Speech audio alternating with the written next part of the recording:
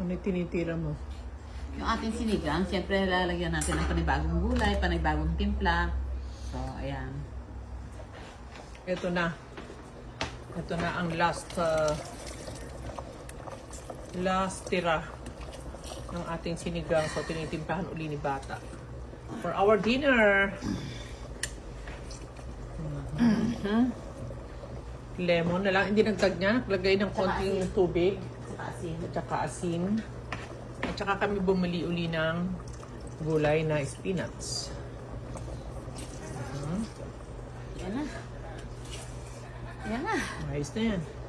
Tapos, Lagay mo na dahon. sige. Hindi pa kasi. Kasi super lambot na yung ating karne. Kakukuli. Ay, init. Kainiinit. Peanuts lang katapat niya. Yes. Ako sob na ako na naman dito. Sarap. Dami, no? Peanuts lang katapat. Kadarating lang namin si Bata. Nag-shopping na naman.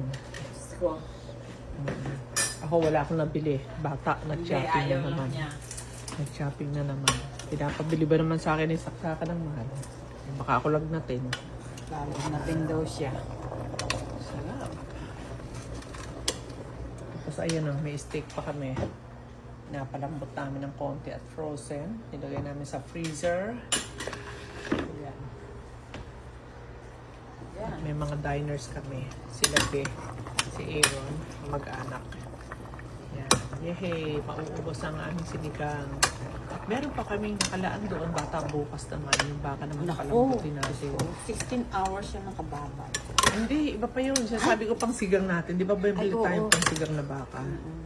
Yun. Aside from dun sa lulutuin ni Cory na special day bukas. At si Cory ang magluluto ng aming siguro dinner na rin yun. Patayin na natin yan.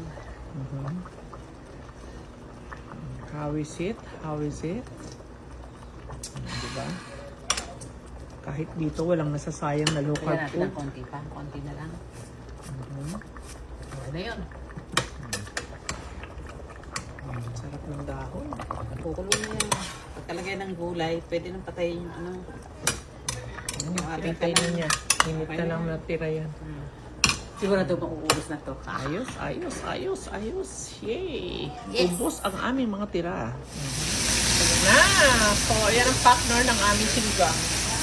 Siyempre, nagulay-gulay kami ng 2 araw. So, ito naman, steak ulit. Back to reality. Reality ng steak. Reality ng steak. At ito yung sinigang. O, yan lang ang partner niya. Wow! Gusto talaga. Ayan pa, oh. At meron pa doon sa pa. Ayan pa, oh. Oho. Oho, oho. For our dinner.